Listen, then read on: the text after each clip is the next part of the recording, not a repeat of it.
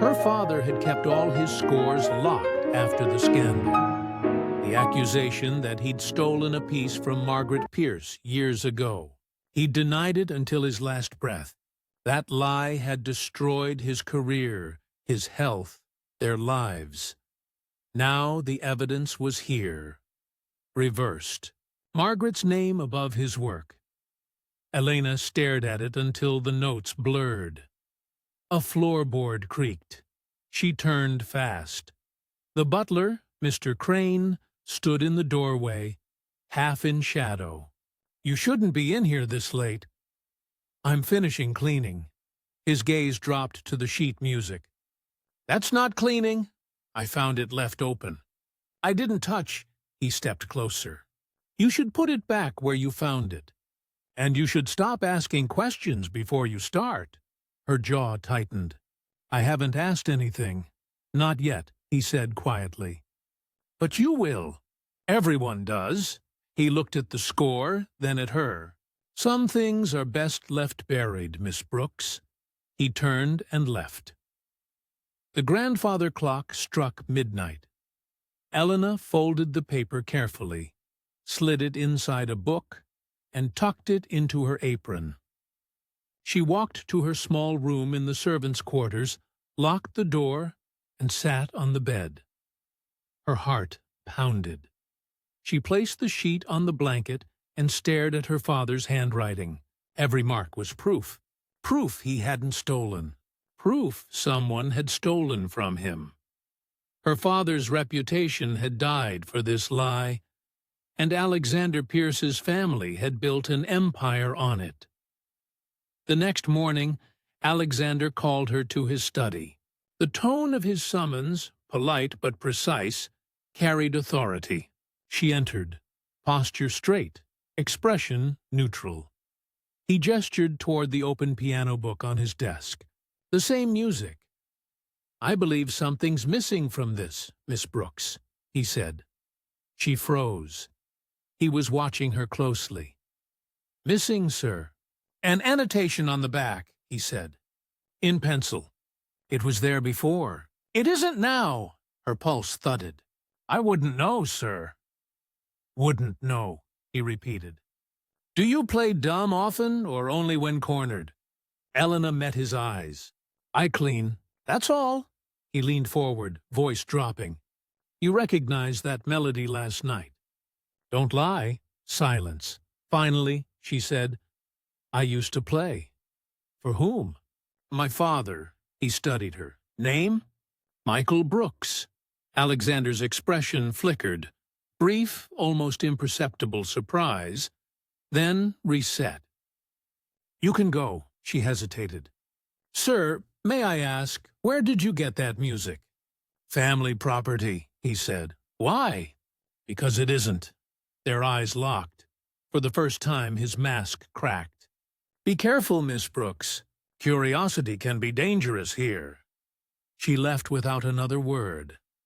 In her room, she unfolded the sheet again, running her finger over her father's note. Emotion first, precision second. The line felt heavier now, as if he'd known this moment would come. She hid the paper behind a loose floorboard under her bed. If they searched her things, they wouldn't find it. She lay awake, staring at the ceiling, every nerve alive. There was a truth buried in this house, one that tied her father, Alexander's mother, and that melody together. And for the first time, she wasn't afraid of finding it. Elena realizes the sheet music linking her father to the Pierce family was planted. And Alexander knows she's seen it. 2 days passed. The house felt colder. Alexander Pierce had stopped addressing Elena directly. Orders came through Mila. Tasks doubled. Every movement she made was watched. At breakfast, the staff whispered while pretending not to. "He's angry," one said. "Someone's in trouble." Elena kept silent, scrubbing the marble until her fingers burned. The sheet music stayed hidden beneath the floorboard in her room. She hadn't looked at it again. not out of fear, but to stop herself from doing something reckless. That night, Alexander left for a corporate gala. The mansion emptied except for the skeleton crew. Elena stayed behind, cleaning the West Wing alone. Around midnight, she noticed the study door ajar. The lights were on. She hesitated, then stepped inside. Stacks of files covered the desk. Among them, a black folder stamped with the Pierce family crest. Inside were legal documents, contracts, and one old photograph. A younger Alexander, about 10, stood beside a grand piano. His mother, Margaret Pierce, smiled faintly beside him, and behind them, blurred but unmistakable, was her father. Elena's breath froze. She flipped the photo over. On the back, a handwritten note. Michael Brooks, Margaret's personal instructor. Confidential. So her father hadn't just known Margaret Pierce, he'd worked for her. Then why had he been accused of theft? She snapped a photo of the picture with her phone and put everything back exactly as it was. When she turned to leave, she saw the reflection in the glass door. Alexander stood behind her. "Couldn't sleep?" he asked. His tone was calm, too calm. Elena straightened. "I was cleaning, sir, in my locked study." The door was open. He stepped closer. "You should learn to stay out of rooms that aren't yours." Her voice was steady. "Then you should keep your doors closed." For a moment, silence. His eyes narrowed slightly, surprised at her defiance. Then he smiled, thin and cold. "Careful, Miss Brooks. You're starting to sound like your father." He left before she could speak. Her hands shook. He knew. He knew exactly who she was. The next morning, the atmosphere turned tense. Mila barked orders harder than usual. The butler avoided eye contact. During lunch prep, Hannah pulled Elena aside. "He's asking questions about you." Elena frowned. "Who?" "Mr. Pierce. He asked where you're from, who hired you. Mila said you came through the agency, but he's checking records now." Elena's chest tightened. "Did he say why?" Hannah shook her head. "Just be careful." Before Elena could respond, Mila entered. "You two done whispering? Brooks, the boss wants his study cleaned again. Now." Elena wiped her hands and went. The study was empty, but the air felt watched. She began dusting shelves, keeping her eyes low. Halfway through, she heard the faint click of a phone camera. She turned fast, but no one was there, only a red light blinking near a bookcase. A small security camera, new, recently installed. Her skin went cold. Someone was recording her. She stepped closer, noticed another camera near the corner, and another near the ceiling vent. 3 total, all facing the desk. She backed away slowly, pretending not to notice, and finished cleaning. When she exited the room, the butler stood in the hallway. "Everything fine?"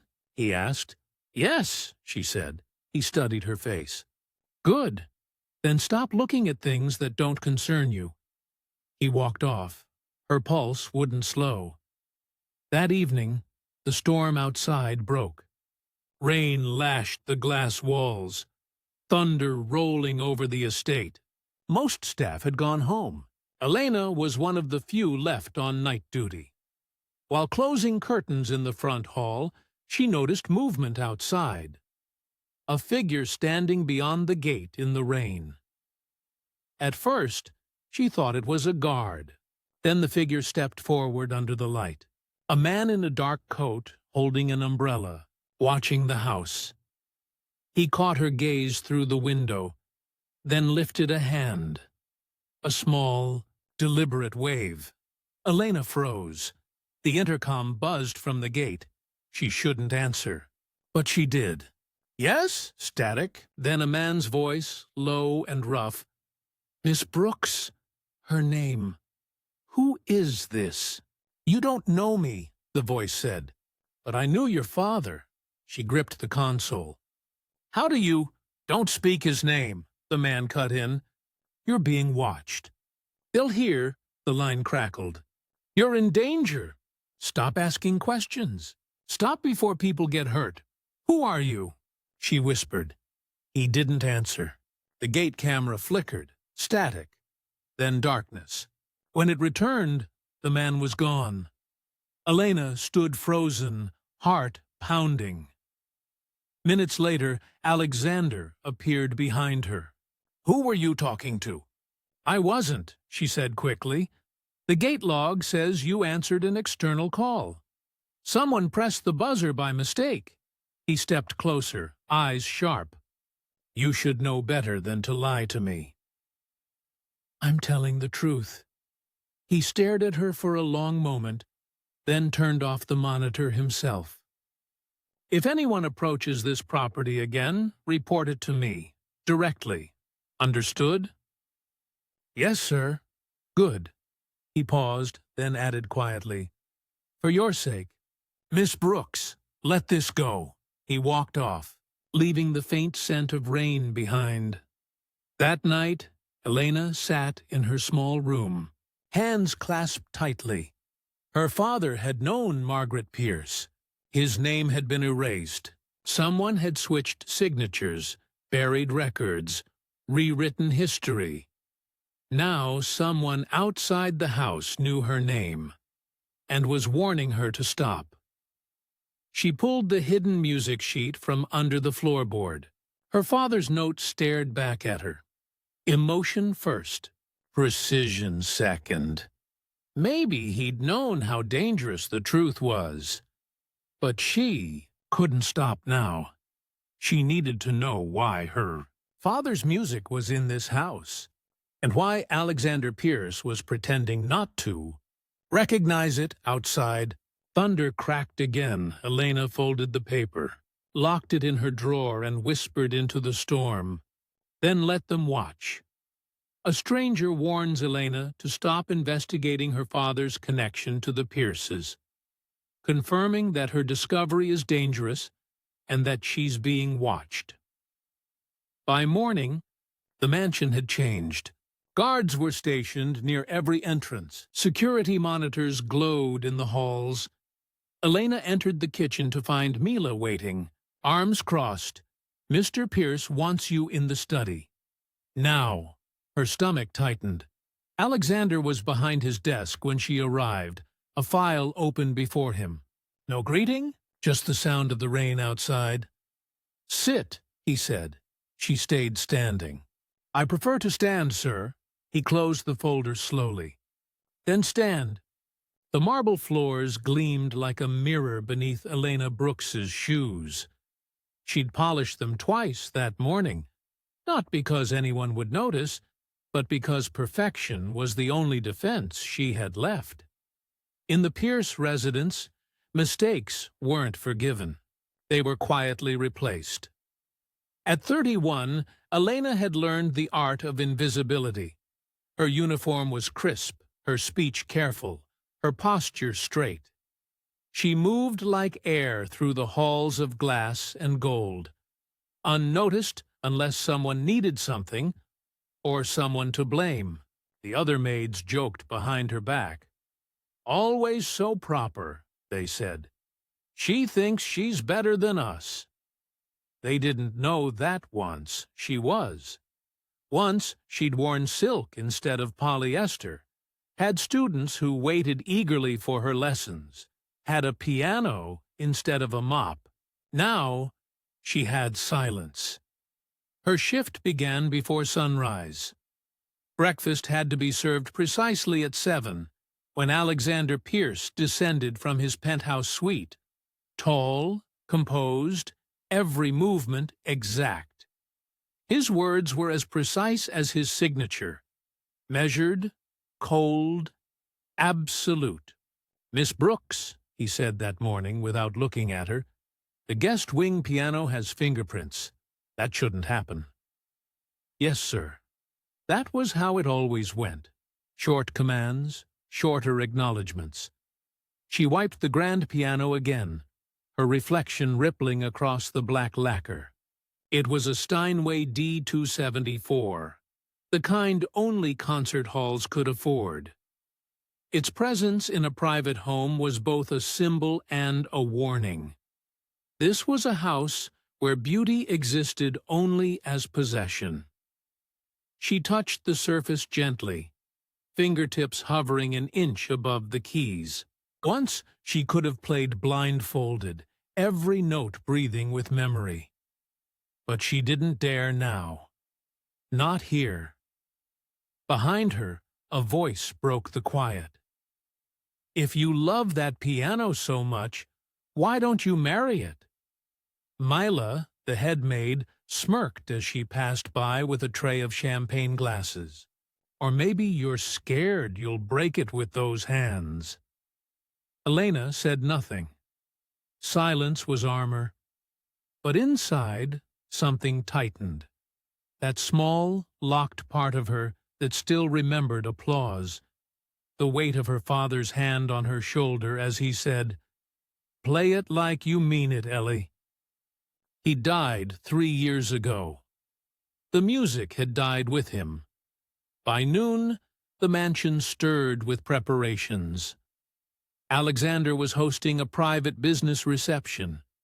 Investors, politicians, the kind of men who smiled with teeth and shook hands without warmth. Elena served drinks, kept her eyes down, endured the quiet condescension. "Isn't she lovely?" one guest whispered, his tone soaked in irony. "I didn't know Mr. Pierce hired artists as staff." Alexander didn't correct him. He rarely corrected anyone. When the event ended, the other maids retreated to the kitchen, gossiping. Elena lingered in the piano room, cleaning the spilled wine from the floor. The faint echo of laughter faded upstairs. Only the piano remained.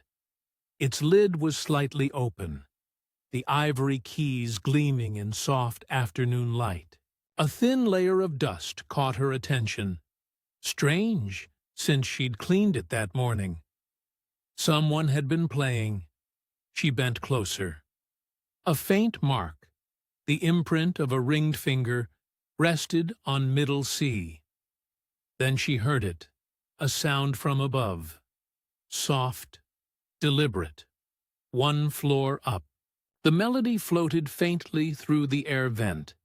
A simple progression at first, then richer, deeper, shifting through minor chords that curved around sorrow like a confession. Her breath caught. It couldn't be. The melody.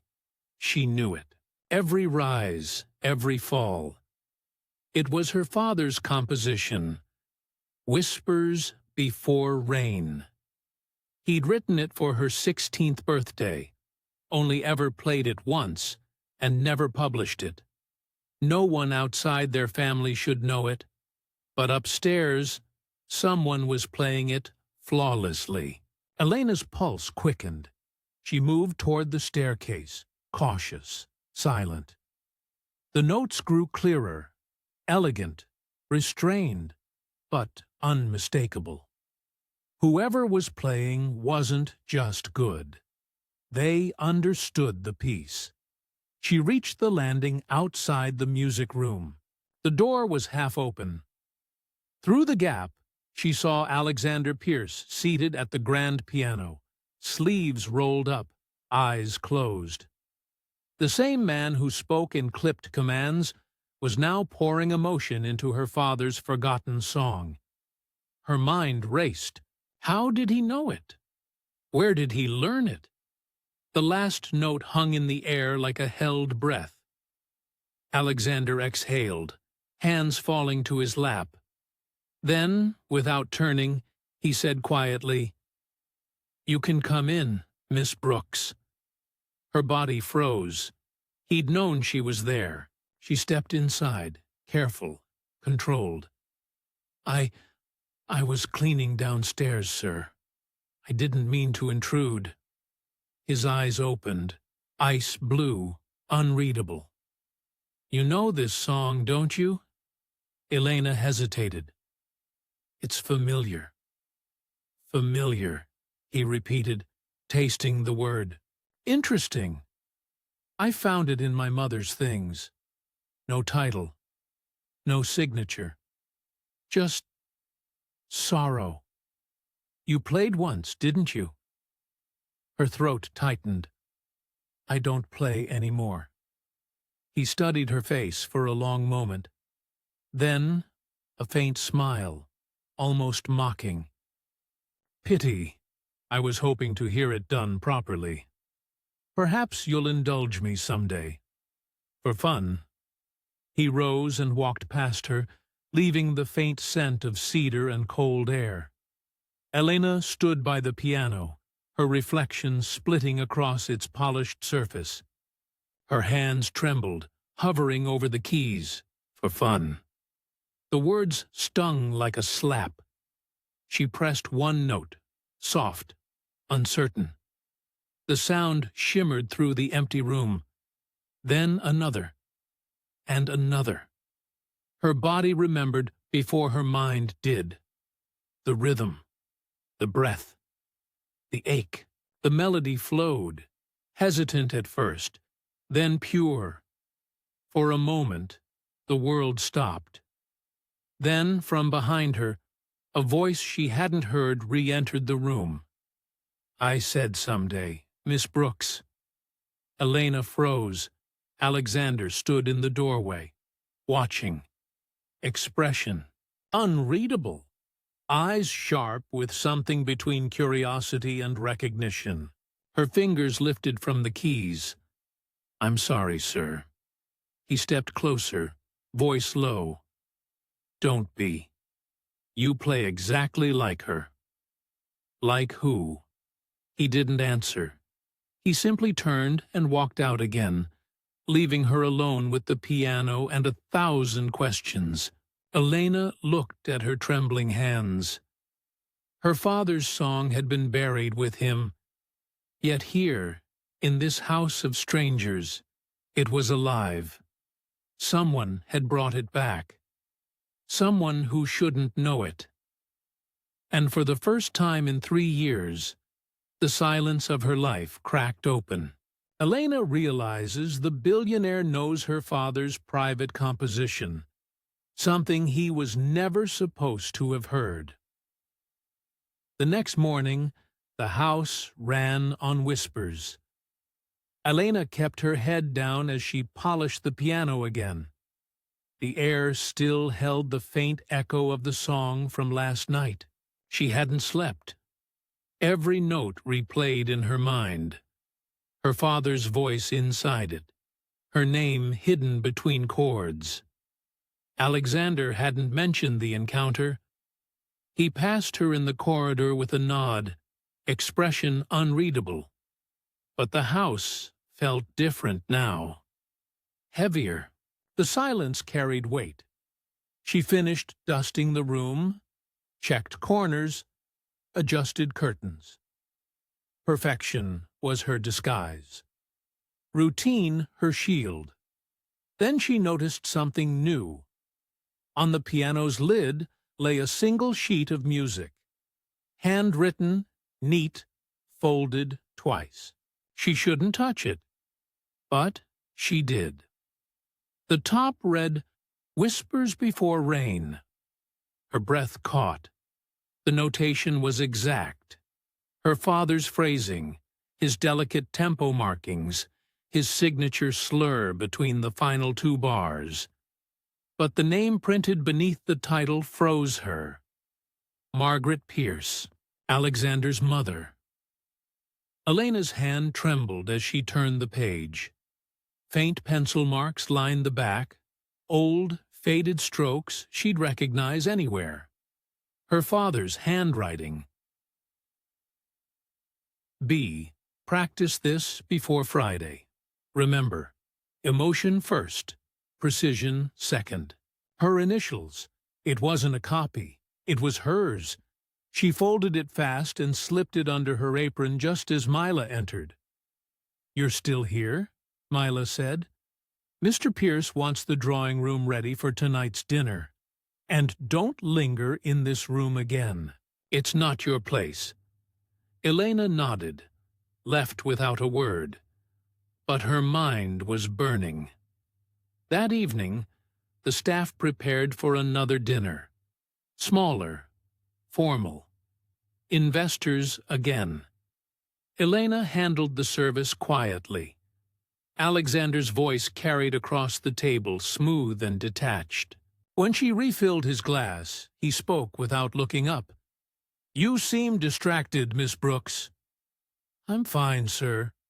"You were in the piano room again." "Yes, sir. Cleaning." His eyes lifted, sharp. "Of course." Their gaze held for 1 second too long. She turned away. Across the table, one of the guests laughed. "Pierce, you run this place tighter than your companies.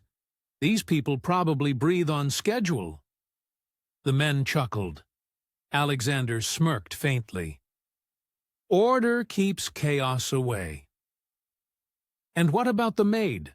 the guest said, eyes sliding to Elena. "She looks like she's afraid to blink." Alexander's tone didn't change. Fear and discipline aren't the same thing. But he didn't defend her either. Elena finished her duties, retreated to the kitchen. The laughter from the dining room lingered like smoke. Hannah, the youngest maid, stood near the sink, wiping her eyes. "What happened?" Elena asked. Mila yelled again. Hannah said softly. "Said I dropped a napkin in front of a guest." "I didn't." Elena handed her a towel. "Don't cry where they can see." "I don't understand how you stand it," Hannah whispered.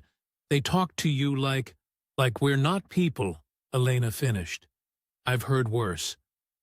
"You ever think of leaving?" Elena didn't answer. Leaving meant hunger. And music didn't pay bills anymore. Later that night, after everyone retired, she went back to the piano room. The house slept. Only the clock ticked in the hallway. She unfolded the music again, laid it across the keys. Her father's handwriting, faint, smudged, but alive. How had this ended up in Alexander Pierce's home? He opened another drawer, pulled out a printed document. Her employment record. "You lied on your file." "I didn't." "It says you have no higher education, no prior professional training. But I found a photo of you from 10 years ago, at a conservatory competition." Her breath hitched. He tossed the photo across the desk. It slid toward her, a younger Elena in a black dress at a grand piano. "You played at the New York Conservatory," he said, and then vanished. "My father died," she said. He nodded once. "And after that you cleaned houses." She said nothing. He leaned back. "So tell me, Miss Brooks, why someone like you is working here under a false record?" "I needed work. Try again." Her voice hardened. "You wouldn't understand." "I understand perfectly. You're hiding something. And if I find out you're lying about more than your resume, you'll be escorted off this property by nightfall." He stood, walked to the window, arms behind his back. "One more thing. The sheet music is missing." Her heartbeat thudded in her ears. "Did you take it?" he asked quietly. "No." "You're lying again." She met his eyes. "If you think that, search my room." "I already did," he said. "Found nothing." Their silence was sharp. Finally, he said, "Stay out of my affairs. You don't want to become part of something you don't understand." He dismissed her with a glance. Elena turned to leave, then stopped. "You said last week you found that song among your mother's things." He looked at her.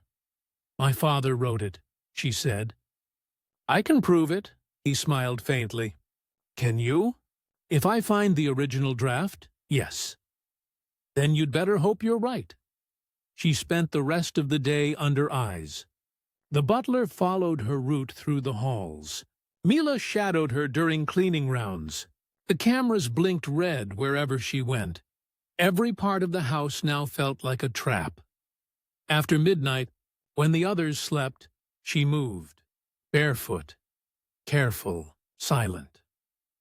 She crept down to the basement archives, a room she'd only cleaned once. Old documents, boxes labeled by decade, shelves of dust. She closed the door and used her phone's light. After 20 minutes, she found a locked drawer marked M. Pierce. Personal letters. She pried it open with a knife from her apron. Inside were letters, photos, and an envelope stamped, "Confidential." Brooks' case. 1995. Her hands shook as she opened it. Inside, an old newspaper clipping. Composer accused of plagiarism. Margaret Pierce's mentor disgraced. Next to it, a court notice dismissing charges due to insufficient evidence. And finally, a note written in a woman's hand. Michael, forgive me. They made me sign it. Protect your daughter. Don't let her near my family again. Miss Elena read it twice. Her father hadn't lied. Margaret Pierce had confessed privately, and someone had buried it. She took photos of everything, slid the papers back exactly as found, and left. In the hallway, the butler stood waiting. Couldn't sleep? He asked. She froze. I was finishing laundry. He glanced at her phone, still glowing faintly in her hand. You should delete whatever you just took. I don't know what you're talking about. He leaned closer. You're not safe here. He's not what you think. Who? Mr. Pierce. Why are you telling me this? Because you remind him of her. He turned away before she could ask more. The next morning, she received a formal notice on her tray. Effective immediately, your employment is under review. Do not leave the premises until further notice. House arrest. She went back to her room, locked the door, and exhaled. She wasn't imagining it. They were closing in. She opened her phone, reviewed the photos, the letters, the signature, the confession. Evidence. If she could get this to someone outside, she could clear her father's name. But someone knocked. 3 sharp taps. She hid the phone. Who is it? No answer. She waited. Another 3 taps. She opened the door. No one in sight. Just a folded note on the floor. She picked it up. You're being watched. Trust no one. Midnight? Greenhouse? No signature. Midnight came. The storm had returned. She slipped through corridors, careful to avoid cameras. The greenhouse glowed faintly under lightning. A figure waited inside. The same man she'd seen beyond the gate. He didn't move as she entered. You shouldn't have stayed here, he said. Who are you? I worked for your father. My name's Rains. He asked me to protect his work if anything ever happened. Her pulse jumped. Protected from who? From the Pierces. He handed her a small flash drive. This holds recordings. Lessons your father gave Margaret. Dated months before the plagiarism claim. It proves he was the original composer. Then why come to me now? Because Alexander's digging. He's close to the truth, but doesn't understand what it'll cost him. Or you. A light flashed from the mansion. Movement near the window. Rains cursed. They know I'm here. He pushed the drive into her hand. Hide it. Don't tell him you met me. Not yet. Why are you helping me? Because your father saved my life once. He turned toward the back exit, paused. Whatever you think of Alexander, remember this. He's not the enemy you believe. Then he disappeared into the rain. Elena hid the drive in her pocket, heart hammering. Through the glass, she saw Alexander standing on the balcony above, watching the greenhouse. Their eyes met. He knew she was out there. Elena secretly obtains evidence clearing her father's name, but Alexander catches her returning from the greenhouse, now certain she's hiding something. Elena entered the mansion drenched. Alexander was waiting in the hall. "Where were you?" "Cleaning the west wing." He stepped closer. "You're soaked. The roof leaks." He studied her. Wet clothes, trembling hands. "Try again." "I said I was cleaning." He grabbed her wrist. The flash drive pressed against his palm through her pocket. He felt it. "What's this?" "Nothing." He reached in and pulled it out. Her throat closed. "Give it back." He turned the drive between his fingers. "What's on it?" "Proof." "Of what?" "Of who your mother really was." He stared at her, then said quietly, "Follow me." In his study, he plugged the drive into his computer. The screen filled with old recordings, her father's voice teaching, guiding, playing fragments of Winter's Echo.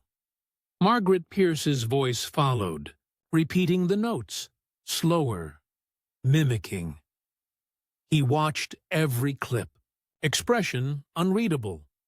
When it ended, he said, "This can't be real." "It is. You wanted the truth. Now you have it." He closed the laptop, stood, paced once. "My mother isn't here to defend herself. Neither was my father when she accused him." He looked at her sharply.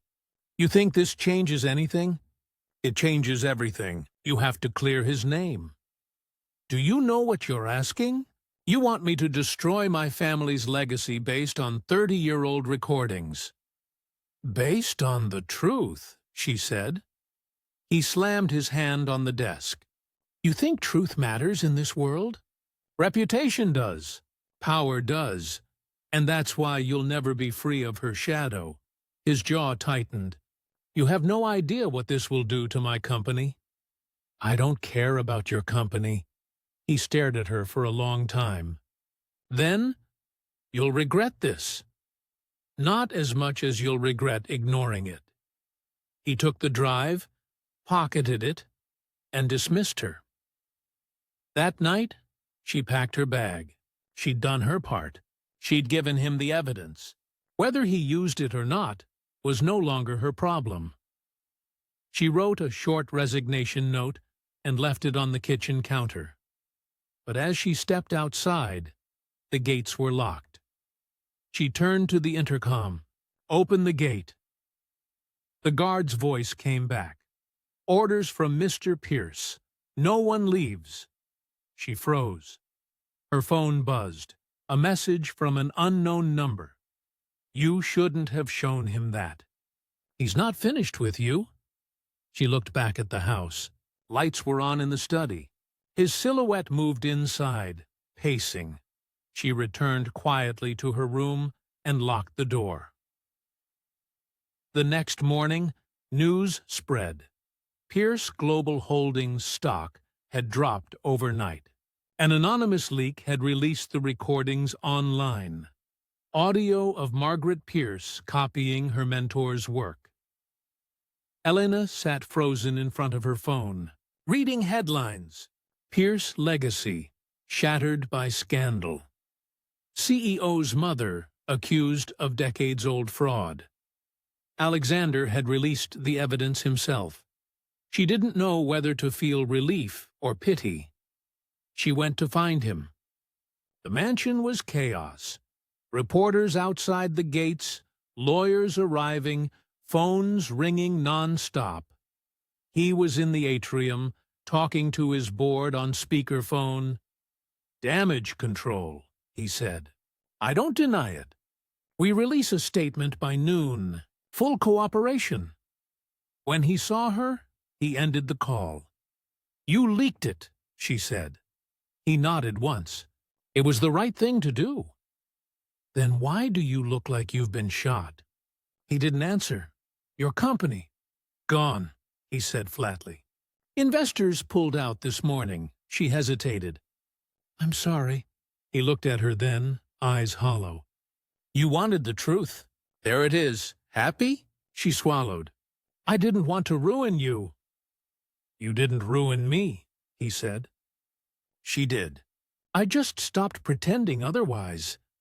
He turned away, voice low. But you should go before the vultures come. The gates are locked. I'll fix that. He walked off, shoulders tense, but stopped halfway. Elena, he said without turning. If I hadn't seen the proof myself, I never would have believed you. She didn't respond. He left through the back corridor, and within an hour, his car disappeared from the driveway. By evening, police arrived with warrants to seize documents. Reporters swarmed the gates. The staff panicked. Mila shouted at the cameras. Elena stayed in her room, silent, until the butler knocked. He left this for you, he said, handing her an envelope. Inside, her last paycheck, a short note, and a key. You were right. She stole it.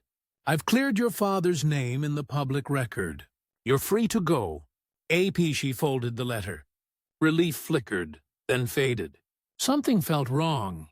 If he'd done the right thing, why did he vanish? She opened her laptop. Every news site repeated the same thing.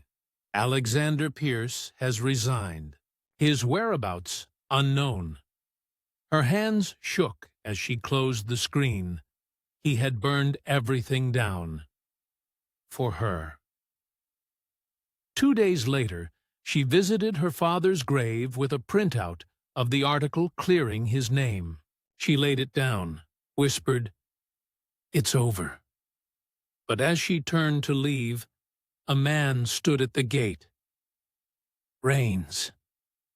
You think it's over? He said quietly. It is. The truth's out. He shook his head. You don't understand. Alexander didn't leak those files to free your father. He did it to protect someone else. Who? His mother wasn't the only one involved. The board forged contracts, buried evidence. The scandal you saw? That's just the surface. He took the fall to keep them safe. Her chest tightened. Where is he now? Gone dark. Maybe Tokyo, maybe Geneva.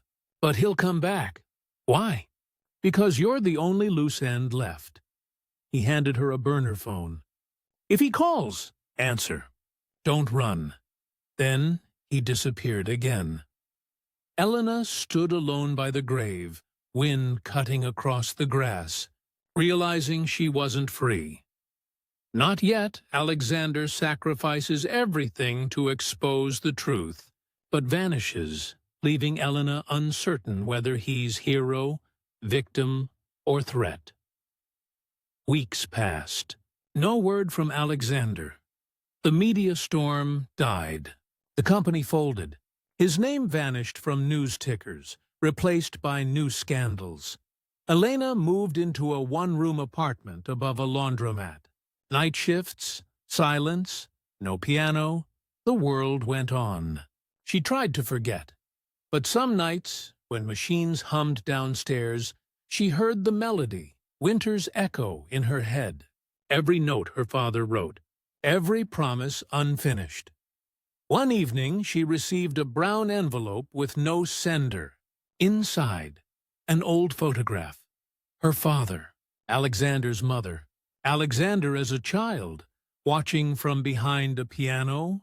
On the back, she wanted you to have her last letter. No letter was included, only coordinates. Elena took a bus across the city to the old Pierce estate, abandoned and locked behind iron gates. Windows shattered, the garden overgrown. Inside, dust hung in the air like fog. She followed the coordinates to a hidden room behind the library shelves. A single chest sat under a sheet.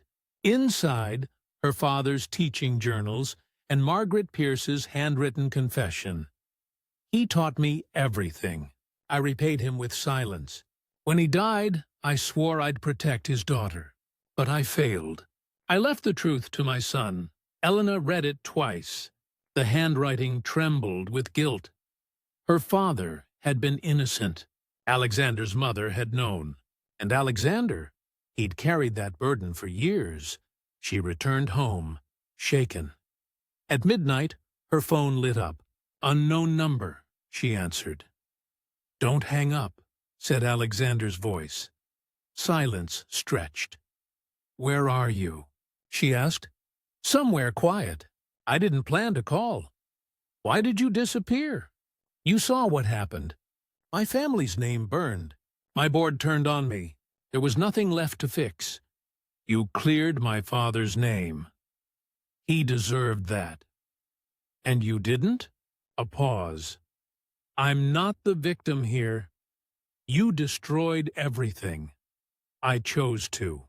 "Someone had to end the lie." Elena's voice hardened. "You could have told me." "You wouldn't have believed me." She exhaled. "You think this makes you noble?" "No," he said. "It makes me free." A knock came at her door. "Is that you?" she asked. "No," he said. "I'm not there." The knocking continued. She hung up and looked through the peephole.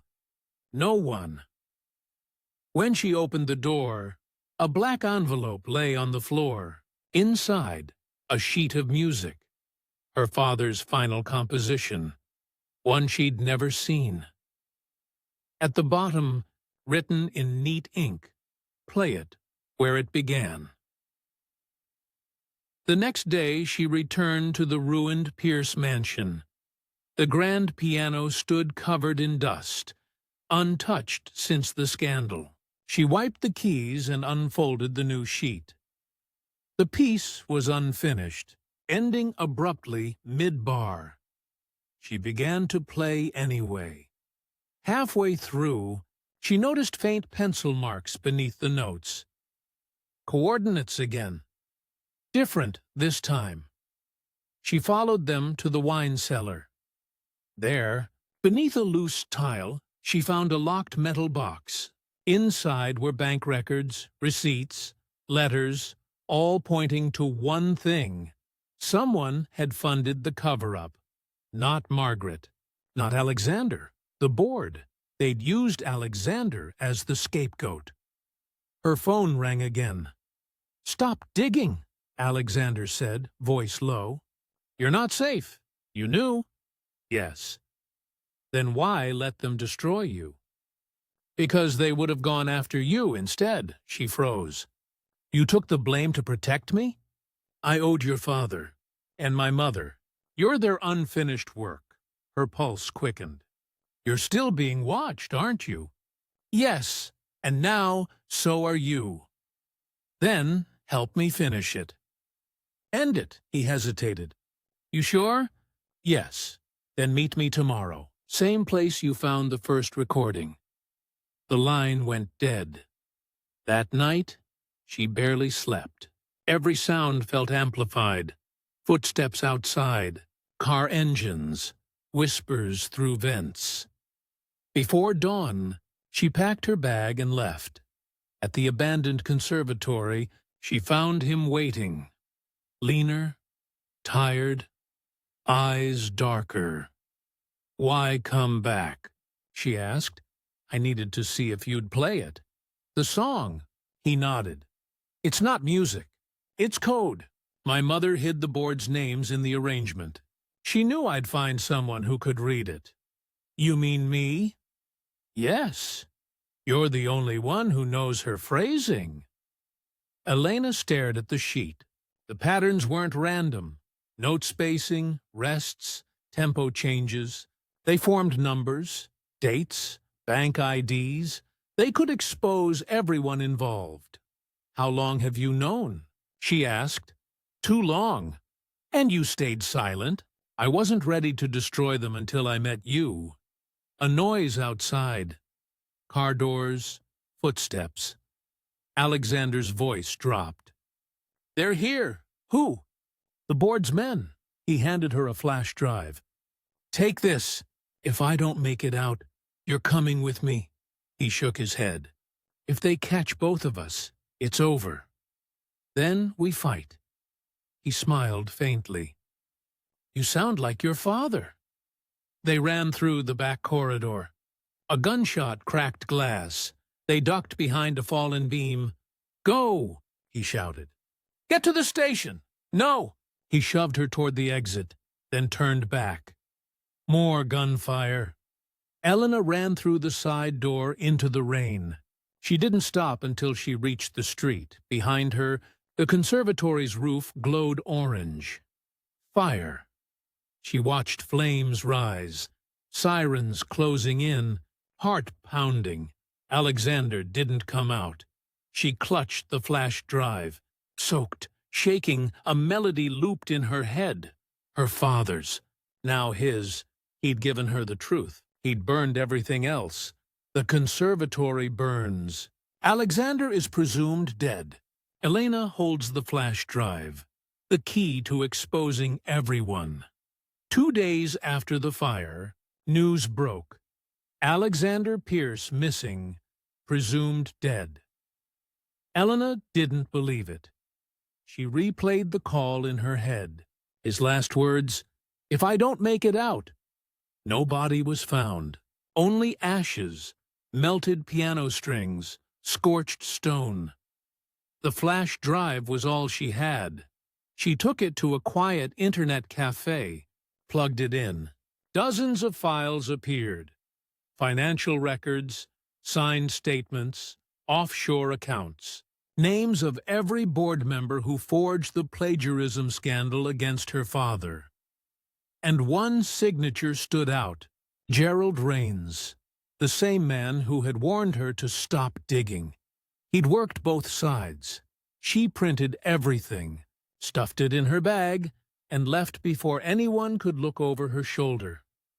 Outside, 2 men waited by a black car. Elena Brooks? One asked. No.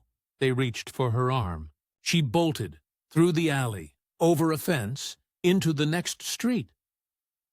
The car followed, tires screeching. She ducked into a subway station just before the doors closed. The men were seconds too late. At a safe house above a shuttered bakery, she called the only person she still trusted. Hannah.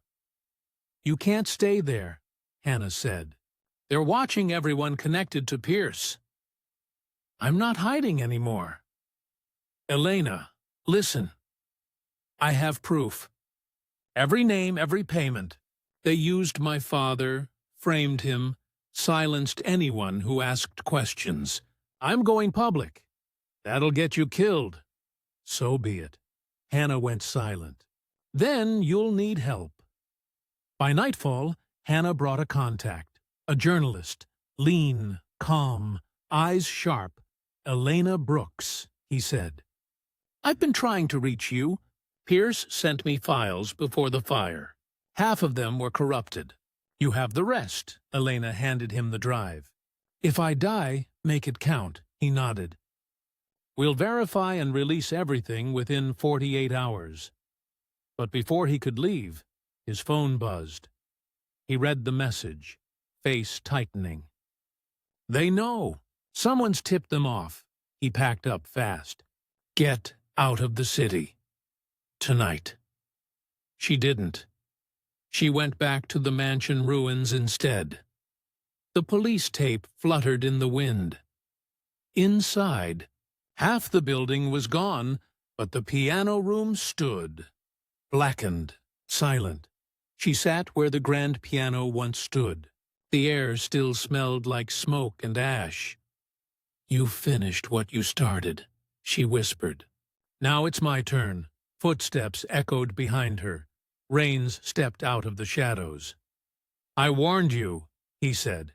You warned me to protect yourself. He smiled.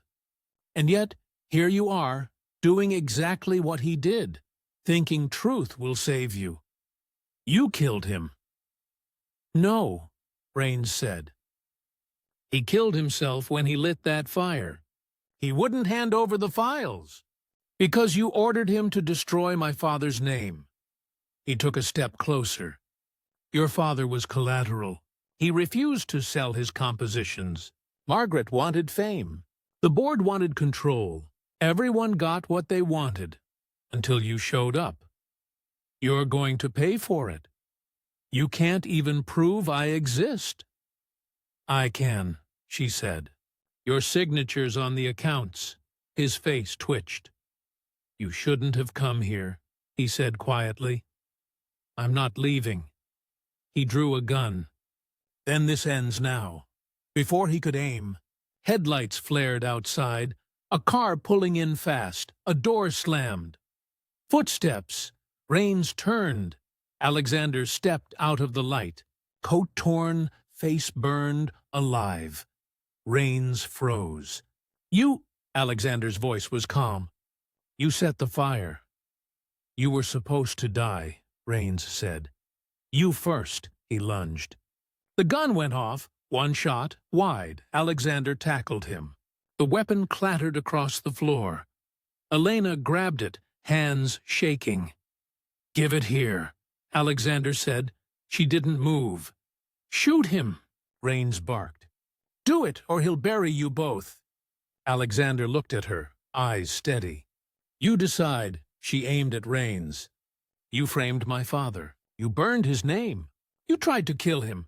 Raines smiled faintly. Then finish it. She fired once, into the wall. The sound echoed.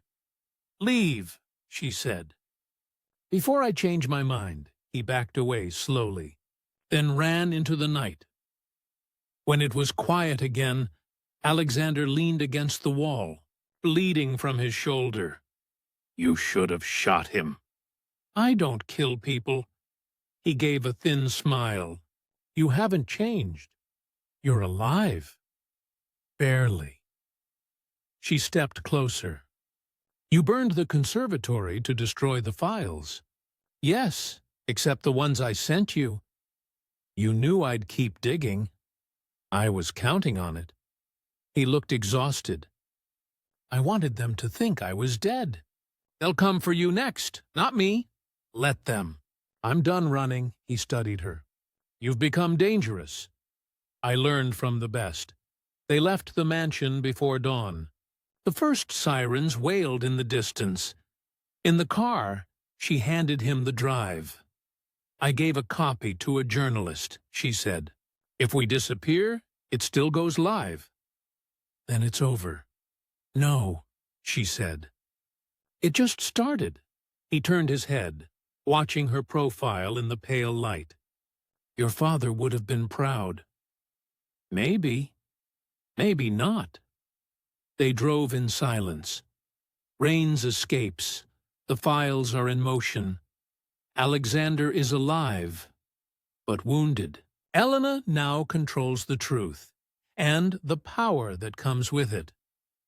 The story broke at 9 a.m. Every major network, every feed, Pierce global corruption, fraud, cover-ups, murder. The files were out. Every board member's name, every transfer, every forged contract. Audio of Raines ordering the falsification of her father's work. Video of Margaret Pierce's confession. No spin, no denial, just exposure. Elena and Alexander watched from an empty motel room. He sat on the edge of the bed, shoulder bandaged, face pale. She stood by the window, phone buzzing nonstop. They're done, she said. He nodded once. You kept your word. You? I'm finished. There's nothing left to rebuild. Then why do you look like it isn't over? He didn't answer. By afternoon, the authorities raided the remaining Pierce offices. Raines was caught at a private airstrip, trying to flee with documents. He was dragged in front of cameras, shouting that he did what was necessary. When reporters asked about the woman behind the leak, He said her name, Elena Brooks. Her face appeared everywhere. Photos from the mansion, from security footage, from her past employment files. The media called her the maid who brought down a dynasty. That night, the government called for a public inquiry. Elena was subpoenaed Alexander too. The hearing was scheduled for the next morning. He looked at her across the small motel table. Sorry, you don't have to go. I do. They'll try to twist it. Make you look like the manipulator. Then I'll play better. He almost smiled. You sound like her. Your mother? He nodded. The hearing hall was full. Press, cameras, the surviving board members under guard. Elena entered first.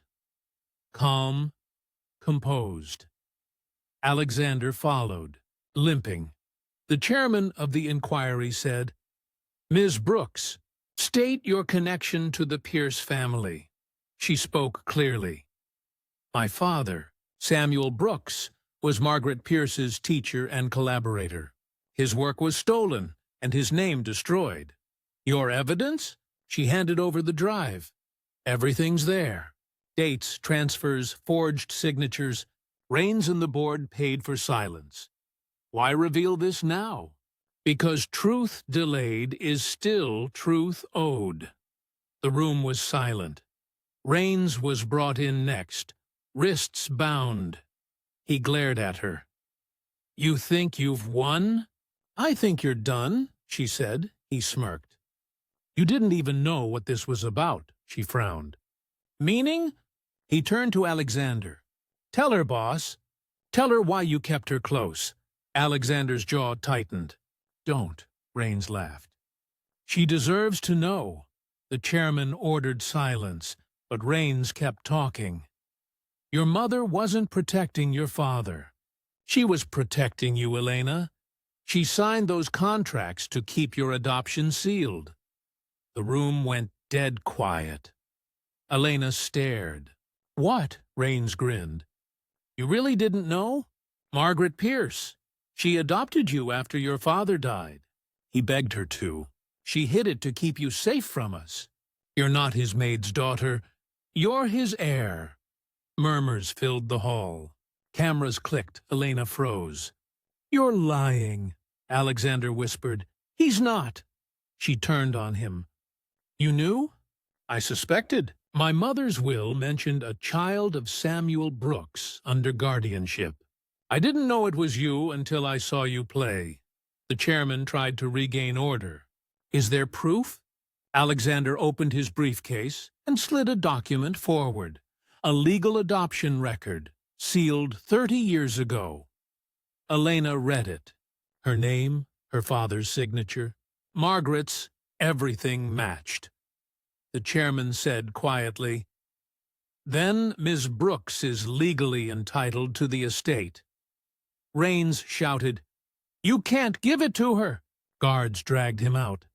The cameras kept rolling. Reporters shouted questions. Elena couldn't speak. Alexander leaned close. Now you understand why I couldn't tell you. You let me think you hated me.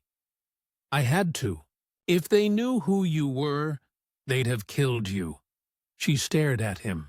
All this time, everything you did. I was protecting what was left of her promise. After the session, the crowd followed her outside. Flashbulbs, microphones, chaos. Someone shouted, Ms. Brooks, what will you do with the inheritance?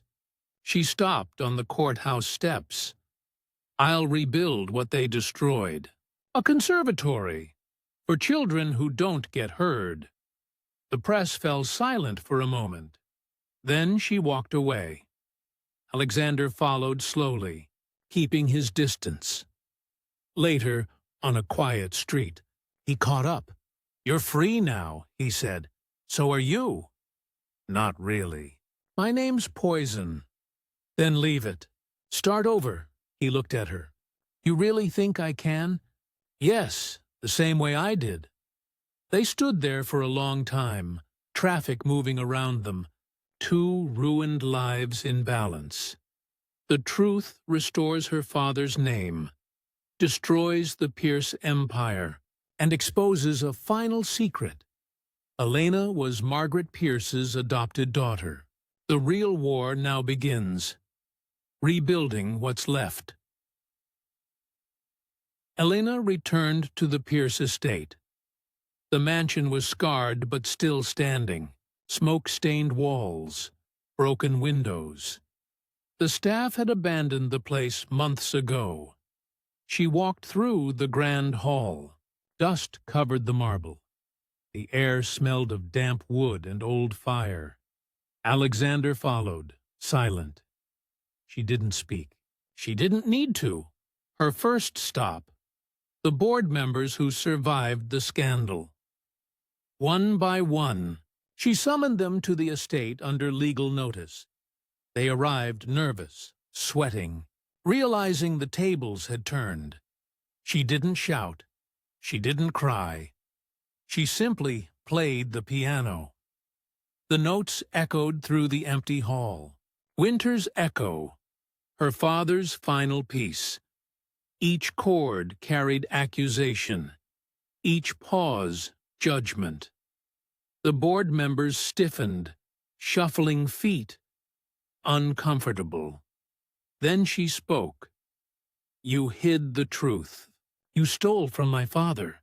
You tried to bury him, and you almost destroyed me. But you forgot one thing. The music remembers." She handed the flash drive to the authorities who had come to record their statements. "Everything is here. Every signature, every transfer, every lie you told," they stammered. Tried excuses. She ignored them. No words could undo what they had done. Next, Alexander. She turned to him. "You risked everything for me," she said. He looked at her, exhausted. "I had to. Someone had to finish what your father started. You could have told me the truth sooner." "I couldn't. You weren't ready. They would have gone after you instead." She clenched her fists. "And Rains?" Alexander's jaw tightened. "He's in custody. But the others still think they can fight the law. Some of them won't survive prison. Others will." "You want revenge?" she said. "I want justice," he corrected. "And if it destroys you?" "It already has," he said quietly. The estate was hers now, not fully restored, not yet. The Pierce name ruined, the board disbanded. She walked through the burned conservatory. Ash covered the floor. Piano keys melted. Her father's music whispered in her mind.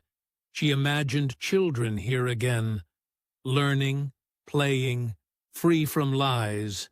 She turned to Alexander. "We rebuild." "Together?" He nodded. "I'll teach them," she said. "You'll handle security," he replied.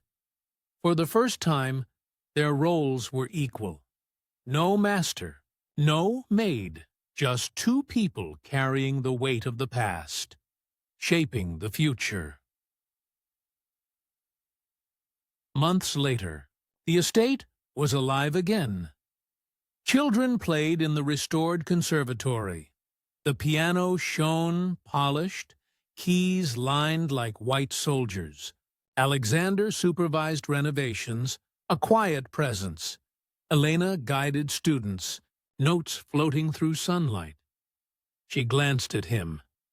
"You kept your promise," she said. "And you kept yours," he replied. The final reckoning came quietly.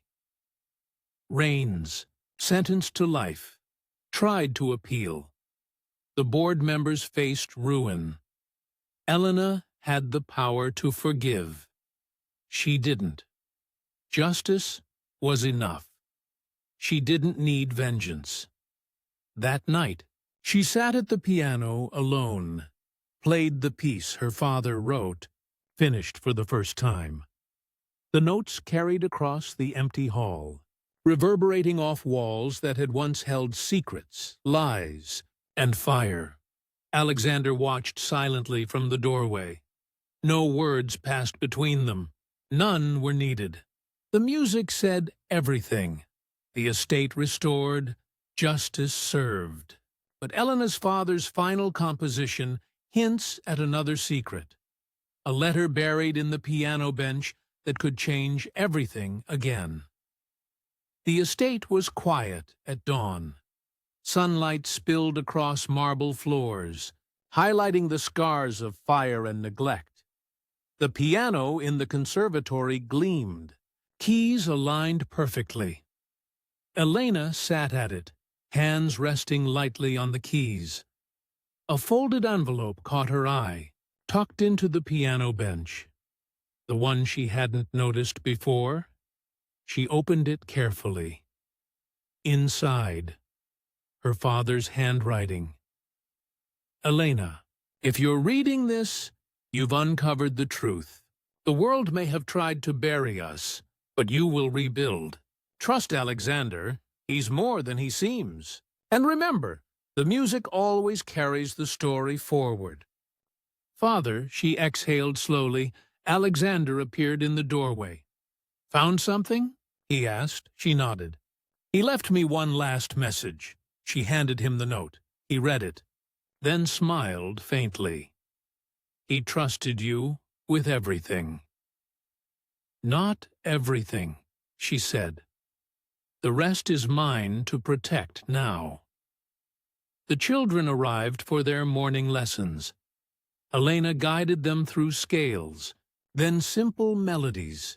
Their laughter echoed in the halls, mixing with the sunlight and the lingering scent of polished wood. Alexander supervised repairs in the wings, quietly ensuring the estate's safety. No one questioned his presence. No one challenged them. The past was settled. Later, she walked through the halls alone, stopping at the grand staircase. Memories of fire, deceit, and betrayal flashed in her mind. But they no longer held power over her. She touched the railing, feeling the warmth of restored wood beneath her fingers. The estate, like her life, was scarred but strong. That evening, she found Alexander in the conservatory. He was watching her play, silent. "You've changed," she said. "So have you," he replied. "Does it scare you?" "No," he said. "It makes me hope," she smiled. "Then we rebuild everything. Not just the estate, but the legacy my father wanted. And we do it together," he said. "Yes," she said, letting the word linger. The night deepened. The children had left. The halls emptied, and the estate rested in quiet. Elena played her father's final composition again, notes precise, melodies complete. Each chord carried the story of loss, courage, and justice. Alexander leaned against the doorway, silent witness. When the last note faded, she turned. "Ready for the next chapter?" she asked. He nodded. "Always." Days later, the press arrived to report on the restored conservatory and the inheritance settlement. Elena spoke carefully, focused. No anger, no lingering bitterness, only resolve.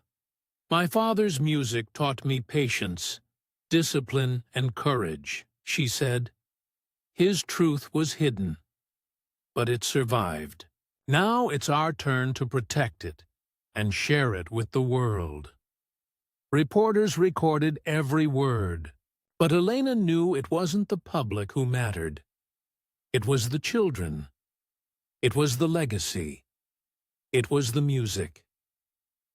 In the quiet of her office, she placed her father's final letter in a frame next to his photo.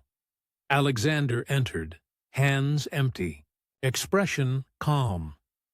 "You've done it," he said. "I've only begun," she replied. He nodded. They didn't speak more. They didn't need to. Outside, the estate stretched toward the horizon, full of sunlight, possibility, and rebirth. The past may burn, secrets may hide, and truth may be delayed, but courage, persistence, and love carry the story forward.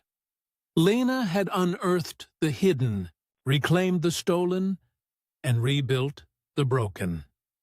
And in the quiet notes of a piano, the legacy lived on, untarnished, eternal.